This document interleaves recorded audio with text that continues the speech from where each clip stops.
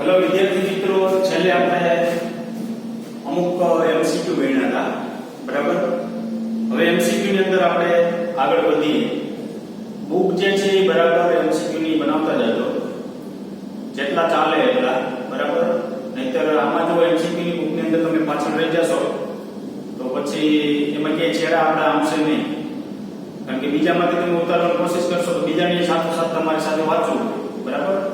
એટલે એ વસ્તુ પોસિબલ થશે નહીં, એટલે આ વસ્તુ જે છે ખાસ નોંધ લેજો। સાથોસાથ છે એ આપણે આ બધી વસ્તુ શું કરતી જવાની, ઉતારતી જવાની, બરાબર।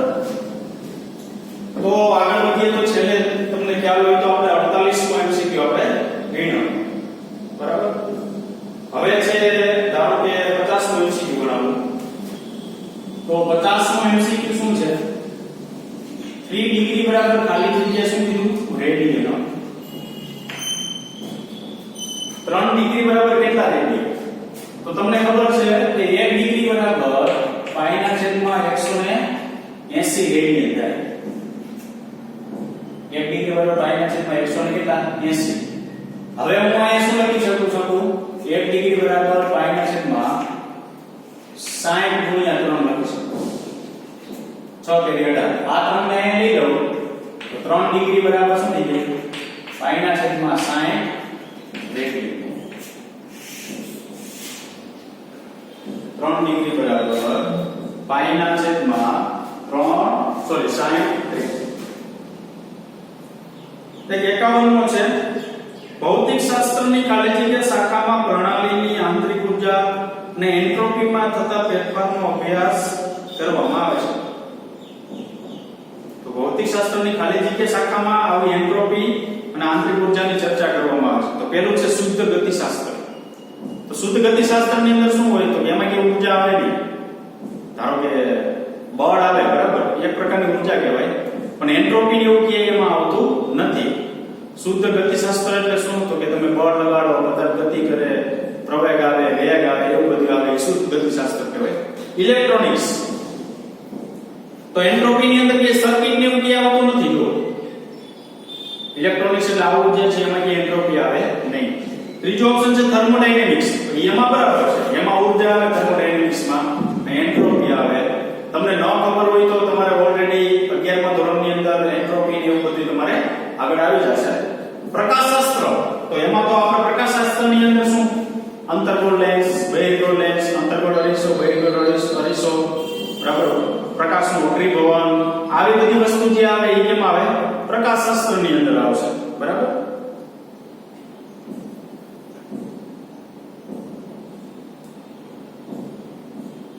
ચોપનમો છે ને ગણાવા જેવો છે,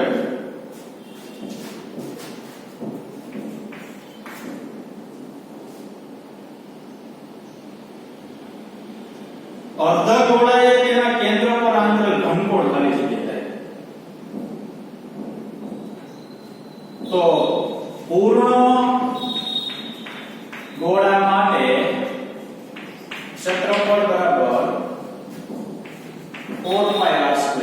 પૂર્ણ ગોળો હોય તો એના પૃષ્ઠનું ક્ષેત્રફળ 4πr² થાય। હવે આપણે કીધું શું?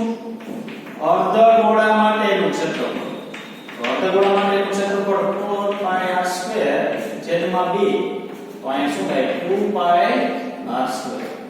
આ કેટલા કોના માટે થશે? અર્ધગોળા માટે થશે।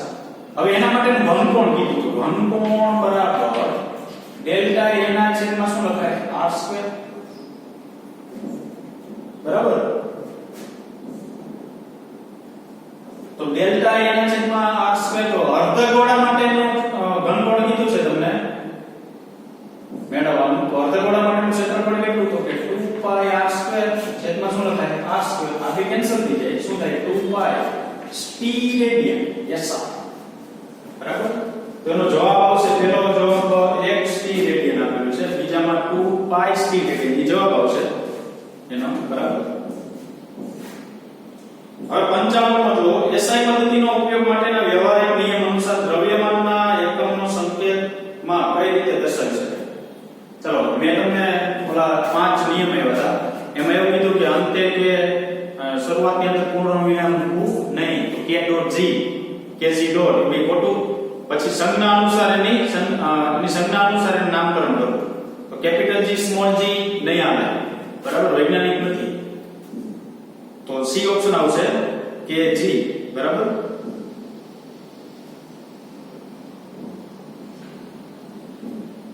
ચલો 58મો એમસીક્યુ છે. 10⁶ કિલોમીટર ને કેપિટલ M કિલોમીટર વડે સાથી ન દર્શાવી શકાય. 10⁶ કિલોમીટર ને કેપિટલ M કિલોમીટર વડે શું કામ ન દર્શાવી શકાય? તો 10⁶ માટેની સંખ્યા કેપિટલ M નથી, એવું નથી, બરાબર. સંખ્યા કોઈ પણ હોય, કોઈ પણ એકમની આગળ બે સહગુણક મૂકવાનો રિવાજ નથી. બે સહગુણક એટલે અહીંયા 10⁶ કિલોમીટર કીધું અને અહીંયા n કિલોમીટર કીધું. બે સહગુણક એટલે જો એકની આગળ ક્યારે બે સહગુણક હોતા નથી. કા 10⁶ હોય, કા કેપિટલ M હોય, બરાબર. એટલે એમાં બી ઓપ્શન આવશે. કોઈ પણ એકમની આગળ બે સહગુણક મૂકવાનો કોઈ રિવાજ નથી, બરાબર. ચાલો આગળ જઈએ.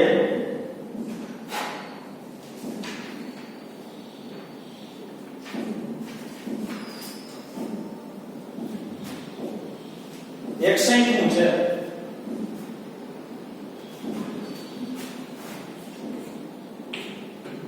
એક રેડિયન બરાબર 1 ડિગ્રી બરાબર પાઈના છેદમાં 100 ને કેટલા લખાય? 80 ડિગ્રી.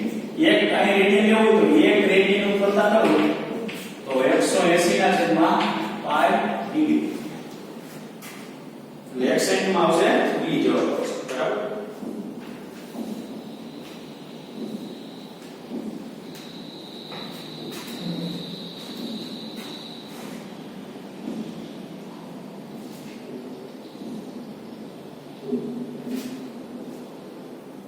ચાલો એક 70મો દાખલો છે. એમાં તમારે થોડો સુધારો એવો કરવાનો છે.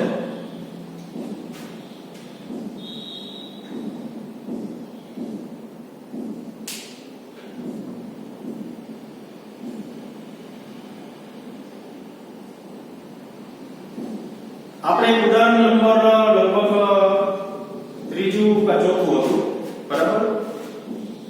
એ ત્રીજું ચોથું જે હતું ને તેની અંદર શું કીધું છે? સૂર્ય અને પૃથ્વી વચ્ચેનો અંતર, સૂર્યનો વ્યાસ આપેલો છે અને કોણીય વ્યાસ રેડિયનમાં મેળવો. ન્યા કોણીય વ્યાસ તમને ખબર હોય તો આયમ સિસ્ટમ લખું આટલો આપેલો છે 19 20 ડબલ ગણા, બરાબર.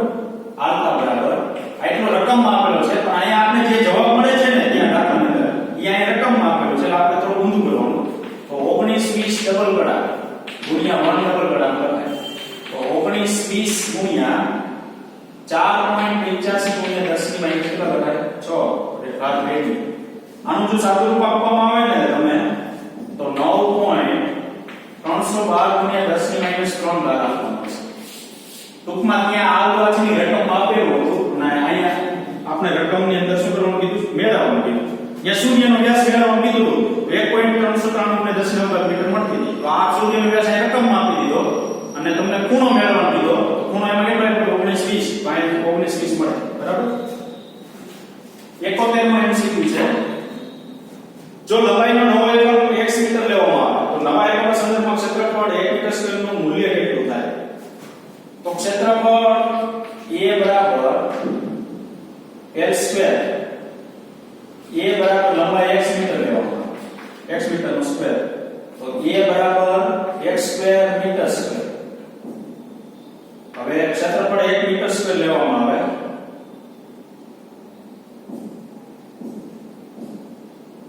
ક્ષેત્રફળ 1 લેવામાં આવે તો x square metre square 1 metre square બરાબર શું થાય? 1 ના છેદમાં x સ્ક્વેર.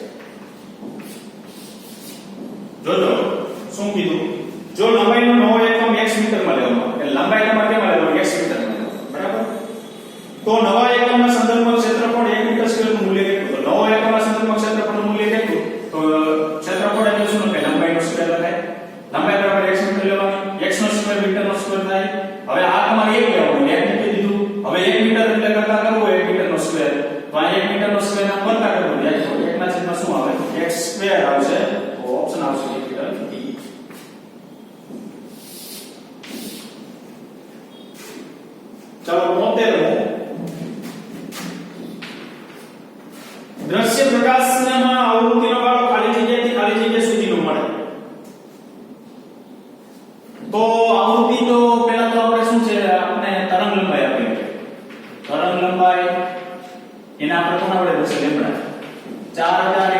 થી 8000 MC જો યાદ રાખજો અહીંયા 8 નો સાફ કરવો ચાલે 4 થી 8 અથવા 4 થી 7 કોઈ પણ લઈ શકો હવે શું કરવાનું તો કે આવૃત્તિ મેળવવી આવૃત્તિનું સૂત્ર આવું છે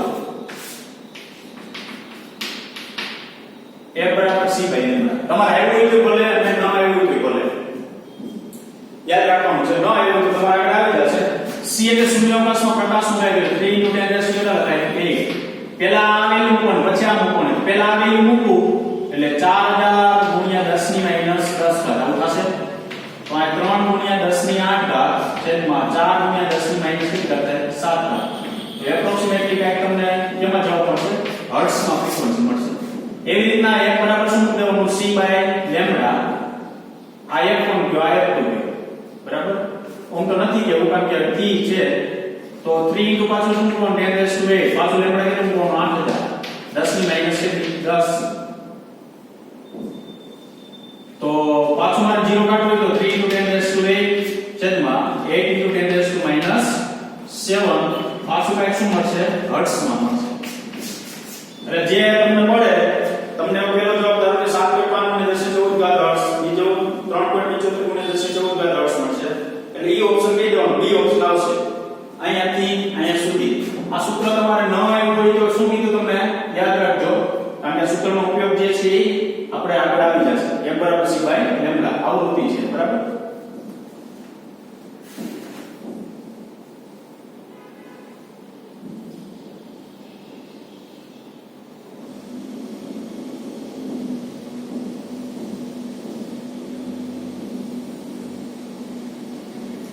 ચાલો 76 છે 77 છે એ બધા સમાન છે 1 એટમ બરાબર ખાલી જગ્યા નેનોમીટર 76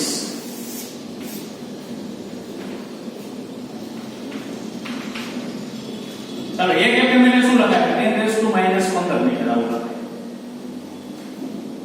10 - 15 મીટર બરાબર હવે આ નેનોનું એક છેદમાં લઈ લઉં તો મારે નેનોમાં ફેરવવું હોય એટલે 10 શું કરવું પડે 9 લેવું પડે આ મીટર = 1 હવે આ ઉપર લઈ જાવ તો -15 + 9 -15 ને +9 એટલે લગભગ કેટલું આવશે 6 જેવું આવશે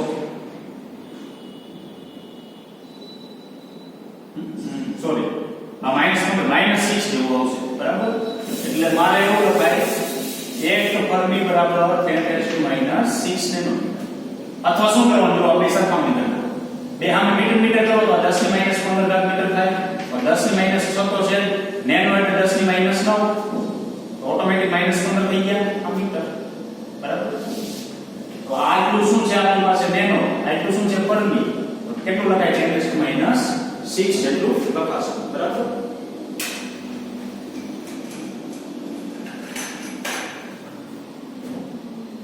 ચાલો આગળ જોઈએ 77 નું 10 માઇક્રોન અને 1 નેનોમીટર નો ગુણોત્તર કેટલો 10 માઇક્રોન 1 નેનો ગુણોત્તર કેટલો તો 10 10 ની -6 1 10 ની -9 તો 10 -6 +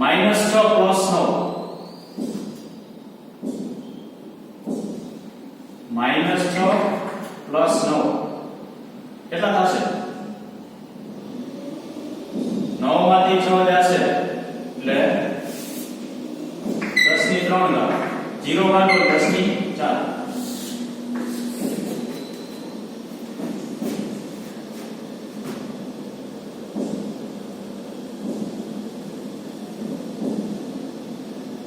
ચાલો 80 માં થઈ જાય એવો છે બરાબર 81 માં 1 પાર્સેક બરાબર ખાલી જગ્યા પ્રકાશ વર્ષ તો 1 પાર્સેક બરાબર ખાલી જગ્યા પ્રકાશ વર્ષ ધારો કે 1 પાર્સેક અને 1 લાઇટ નો ગુણોત્તર તો 1 પાર્સેક એટલે આપણે લખી શકીએ 3.08 * 10⁻⁶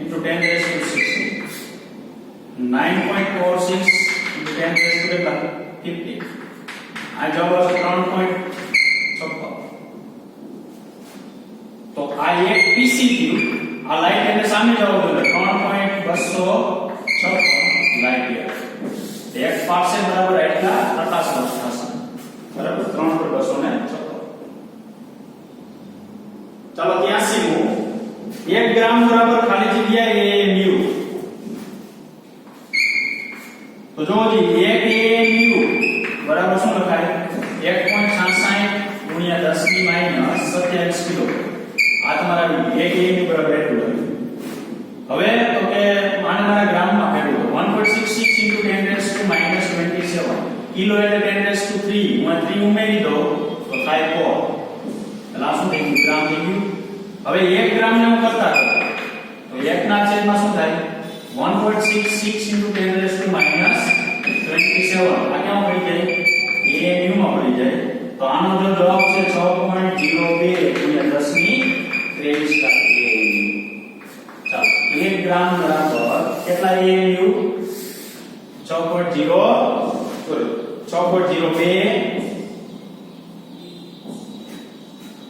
ગુણ્યા 10 ની 23 ઘાત AMU જેટલું થશે. આગળ જઈએ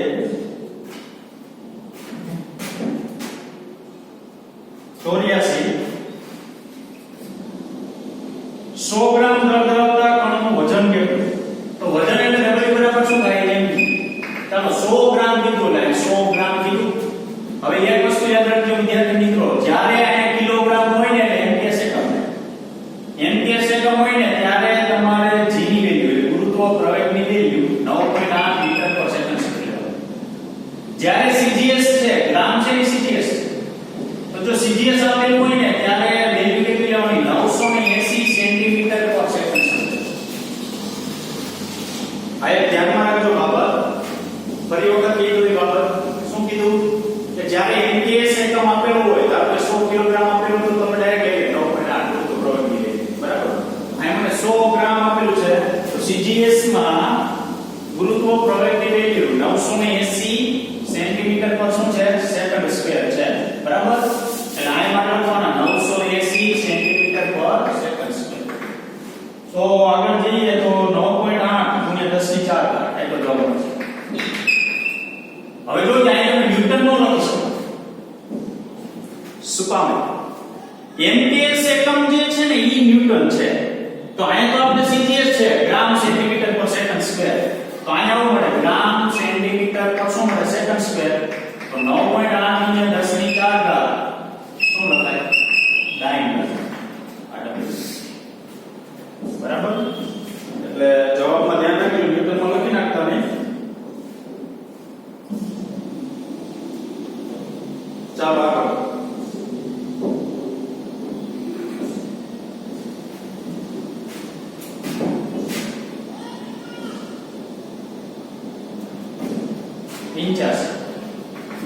85 ની અંદર છે ને 100 AMU એવું આવે. ઈ ચેકી નાખવાનું. એની જગ્યાએ શું લખવાનું 10 AMU. ટૂંકમાં 100 AMU જે આપેલું છે ને એની જગ્યાએ તમારે શું લેવાનું છે 10 AMU લેવાનું છે. બરાબર. શું કીધું તમને 100 AMU ની જગ્યાએ શું લેવાનું છે 10 AMU લેવાનું છે. 10 AMU બરાબર ખાલી જગ્યા ગ્રામ અથવા કિલોગ્રામ. બરાબર. તો જો છે 10 ગુણ્યા 1 AMU બરાબર 10 ગુણ્યા 1.66 10 to minus 27 કિલોગ્રામ. એક ઘાત વધે 10 છે ને ગુણાય તો 1.66 10 to minus 26 કિલોગ્રામ. આ ઓપ્શન છે આપણી પાસે કેટલામો છે સી ઓપ્શન છે. બરાબર.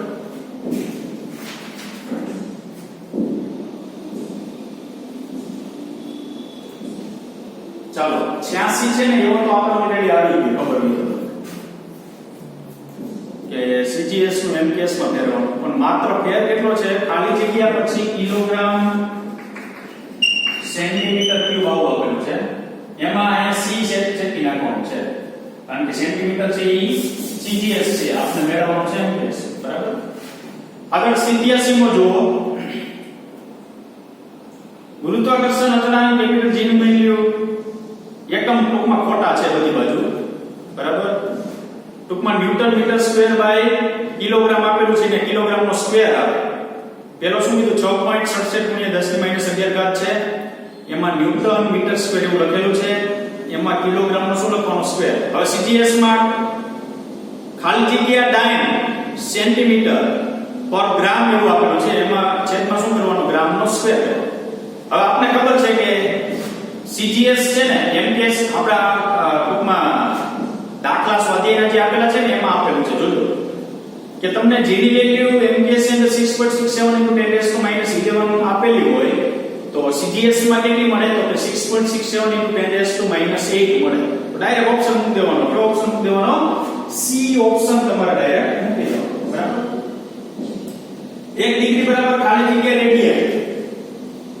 1 ડિગ્રી બરાબર ખાલી જગ્યા રેડિયન. 3.14 મૂકી છેદમાં 100 કેટલા કરતા કોના 80 કરતા કોના એટલે ડાયરેક્ટ શું આવી જશે? જવાબ આવી જશે. પછી આપેલું છે એક 1 ડેશ ઇક્વલ ટુ ખાલી જગ્યા રેડિયન. એ 1 બરાબર તો પાઈના છેદમાં 180 × 60 ઈ તમારો ઓલરેડી આવી. એક તમને નહીં આપણે એટલું 90. શું આપેલું છે? 1 ડબલ કરાવે બરાબર ખાલી જગ્યા ડિગ્રી. જો ડિગ્રી નો જવાબ આવ્યો રેડિયન માં નહીં આવ્યો. 1 ડબલ ગણા બરાબર ખાલી જગ્યા ડિગ્રી. 1 ડબલ ગણા બરાબર ખાલી જગ્યા ડિગ્રી એટલે તો 1 ડબલ ગણા બરાબર શું થયું? ખાલી જગ્યા ડિગ્રી. તો જો 1 ડિગ્રી બરાબર 60 મિનિટ આવું પડે. તો 1 મિનિટ બરાબર 60 સેકન્ડ આવું લખાય. તો 1 ડિગ્રી બરાબર 3600 સેકન્ડ એટલે નહીં 60 મિનિટ એટલે 3600 સેકન્ડ. તો અહીં 3600 ગુણ્યા 1 ડબલ ગણા કરું 1 ડિગ્રી તો 1 ડબલ ગણા મેળવવાનું છે 1/3600 એનો શું થયું આ ડિગ્રી. તો જવાબ આવશે 2.78 10⁻⁴ ડિગ્રી. જો ફરીથી સમજી લેજો 1 ડબલ ગણા બરાબર ખાલી જગ્યા ડિગ્રી મેળવવાનું છે. તો 1 ડિગ્રી બરાબર 60 મિનિટ લખે. 1 મિનિટ બરાબર 60 સેકન્ડ. તો 60 મિનિટ બરાબર 3600 સેકન્ડ લખાય. તો 60 મિનિટ એટલે 1 ડિગ્રી. તો 1 ડિગ્રી બરાબર 3600 સેકન્ડ. આમાં એટલે આ બાજુ મિનિટ સેકન્ડ થઈ ગયા, આ બાજુ ડિગ્રી થઈ ગયું. તો 1 સેકન્ડ બરાબર 1 સેકન્ડ અથવા 1 ડબલ ગણા બરાબર 2.78 × 10⁻⁴ શું લખાય? ડિગ્રી એવું લખાય. બરાબર. ચાલો હવે આગળ જઈએ 91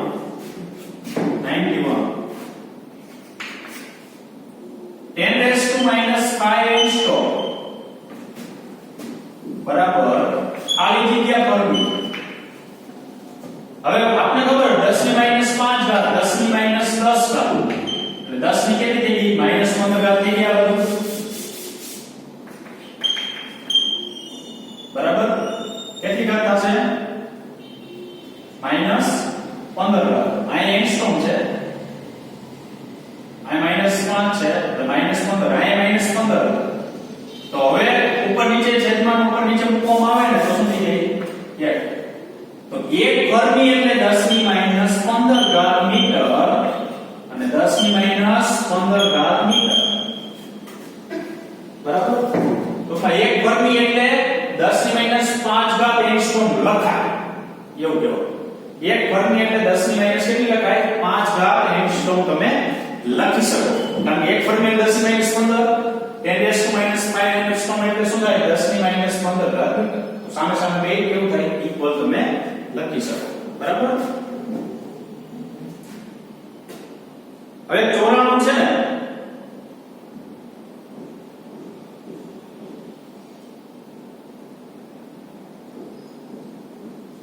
0.001 સેન્ટીમીટરના લઘુત્તમ માપ શક્તિવાળા માઇક્રોસ્ક્રૂમીટર ગેજની મદદથી માઇક્રોમીટર સ્ક્રૂ ગેજની અંદર ઓછામાં ઓછું અંતર તમે કેટલું માપી શકો? 0.001 સેન્ટીમીટર. એ લઘુત્તમ માપ છે. તો એક વિદ્યાર્થી તારનો ગેજ માપે છે, તાર માપે છે અને તેની નોંધ કરે છે. નીચેમાંથી કયું માપ સાચું હશે? તો તમારે યાદ શું રાખવાનું કે જેની લઘુત્તમ માપ શક્તિ જેટલી હોય ને એટલા અંક પોઈન્ટ પછી દર્શાવો. તો આમાં પોઈન્ટ પછી જો કેટલા અંક છે? 3. તો એવો ઓપ્શન એક જ છે, પોઈન્ટ પછી 3 અંક વાળો હોય ને એવો. કયો? 5.332 સોરી 0.320 આમાં શું છે 0.3 આમાં 0.32 અને એકમાં 0.32 હવે ધારો કે એમ કે 0.01 સેન્ટીમીટર તો 0.01 સેન્ટીમીટર કે એટલે 0.2 આંકડા આવ્યા તો જવાબ પડી જશે તો ડાયરેક્ટ તમે એની અંદર શું લખી શકો સી ઓપ્શન તમે ડાયરેક્ટ લખી શકો બરાબર એટલે આવું કોઈ હોય તો આની કોઈ ગણતરી હોતી નથી પણ તમારે કોના પર જોવાનું છે ઓપ્શન ઉપર જવાનું ઓપ્શન જે છે એ તમારે શું કરવાના ચેક કરી લેવાના બરાબર કે લઘુત્તમ માપશક્તિ કયા પ્રમાણેની આપેલી છે તેના પરથી બરાબર તો હવે આવતા લેક્ચરની અંદર આપણે છે ને પારિમાણિક વિશ્લેષણ માટેના MCQ જોશું બરાબર તો અહીંયા સુધી આપણે રાખીશું થેન્ક યુ